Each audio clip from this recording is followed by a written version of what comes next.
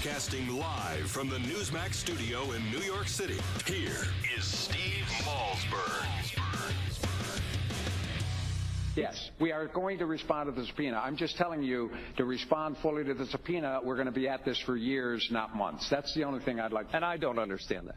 Just specific to item 1, Lois Lerner. Lois Lerner. Sir, are you or are you not going to provide this committee all of Lois Lerner's emails? We are already starting that process. Yes, we will do that. All right, folks, welcome back to the Steve Malzberg Show.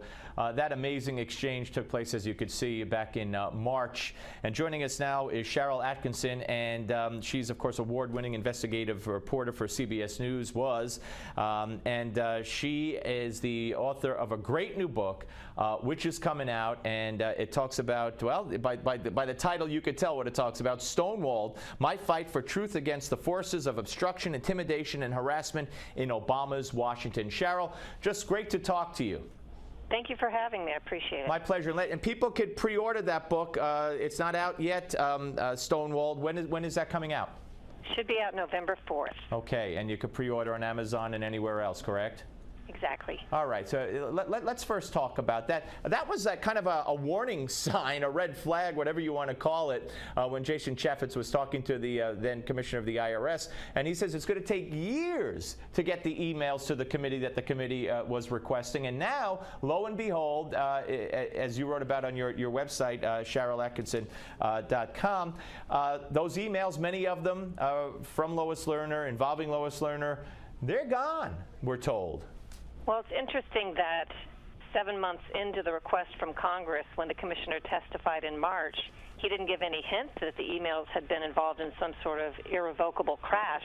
He said they were looking for the emails. He even specifically stated, quote, they're stored somewhere, when he talked about how emails are handled.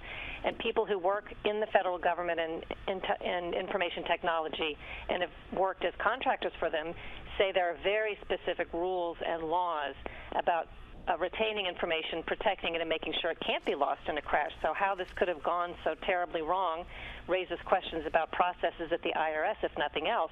On the other hand, a lot of people don't think those emails really are irretrievably lost. Yeah, I mean, I didn't know that you could lose. I mean, there are hard drives, right? I'm just a layman here, but I thought you could erase things, but how do they go lost?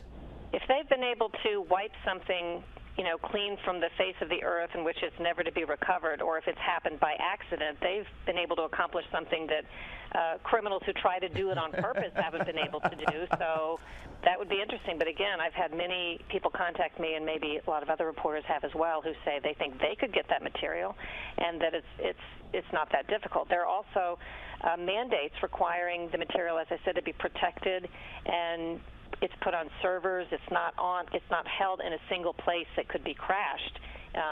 If it has been, then the rules weren't properly followed, according to people who know. All right. Now, this story is a huge story by your estimation, by my estimation. But if you look at the amount of coverage, if you look at our friends at the Media Research Center, they do this all the time, virtually unreported, as you might expect. In fact, the whole IRS scandal has been virtually unreported in some circles of the major networks, most of them for months, with no news at all, even though there has been news, significant news, with the discoveries of some emails, and Judicial Watch got their hands on some, etc. If this were the other way around, Sharyl, if this were George Bush's IRS and it was the liberal groups being targeted and the situation were reversed, this would be huge, would it not?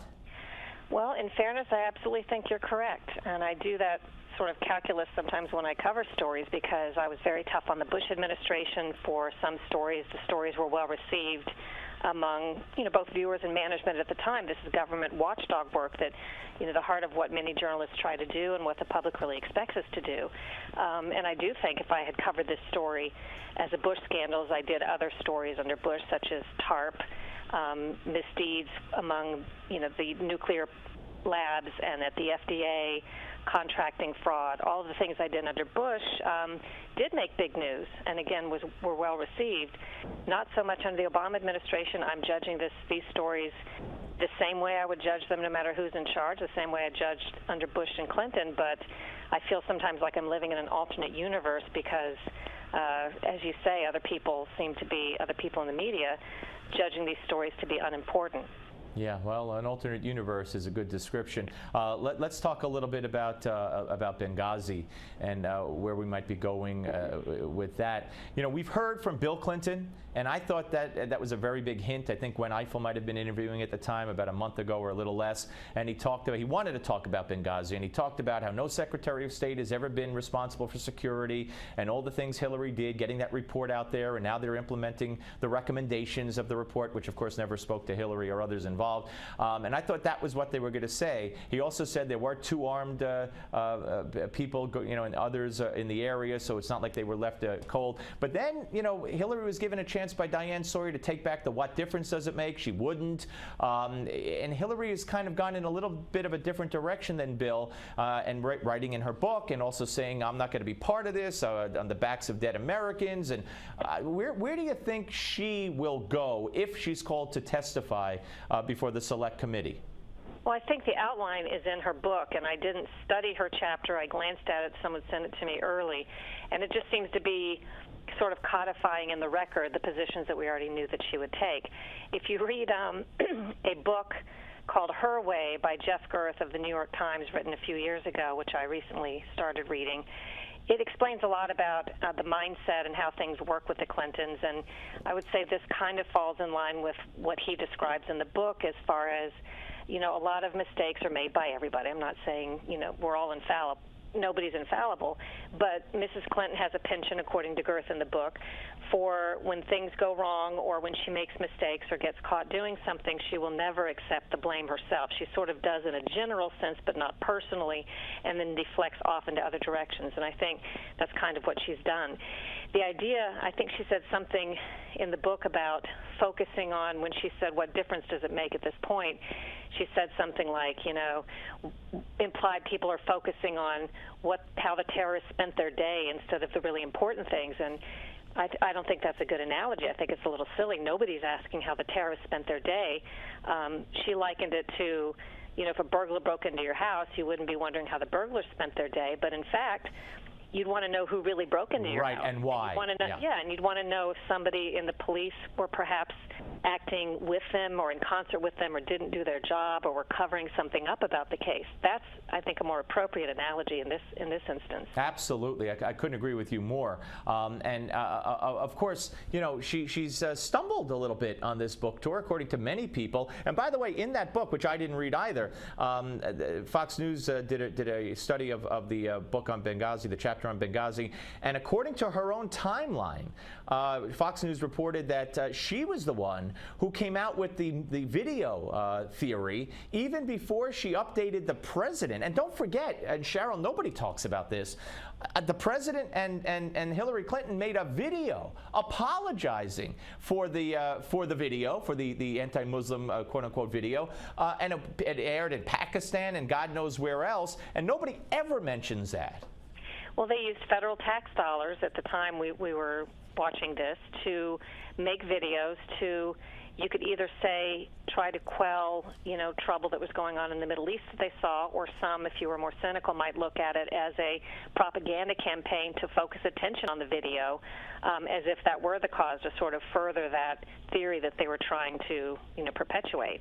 I don't know which is the case, or maybe it's a mix of both, but in the end, you're right, to take such scant evidence that a video was involved and then to run with it as if it's almost the total reason, and to march sort of in lockstep with the White House spokesperson, the President of the United States, everyone who spoke about it, to tell the families with no uncertainty, we're going to get the the horrible man that made that video. They weren't couching their words and saying, this is very preliminary, there may have been terrorism involved, we did have some threats, we did have a lot of incidents building up to this. None of that was said. They were definitely on a campaign to deflect attention to the video. Sharyl, give us a little preview. We got a minute and a half left, or a little less. The Stonewalled. What will we see in that? Obviously, your journey through tough times.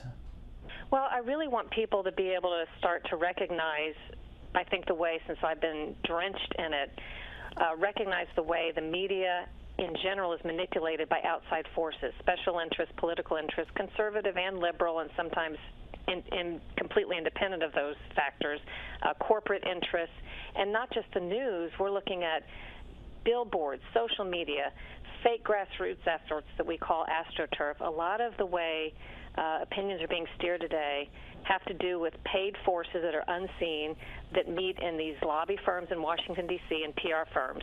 And they're steering public opinion, and they're influencing the media, I think, like never before, and I would like to draw some attention to that. Right, well, we look forward to it, and we really hope we'll speak to you often before November. But again, pre-order Stonewalled, ladies and gentlemen, and do yourself a favor. Sharyl Attkisson, thank you very much, and it's Sharyl, Sharyl Attkisson, and .com, and you could get to her website and see all the good stuff. Thank you very much. Thanks so much. Take care. All right, folks, very, very interesting. And when we come back, something else I hope you'll find interesting. It's called Gimme 5. We do it near the top of each hour right here on the Steve Malzberg Show. Don't go away.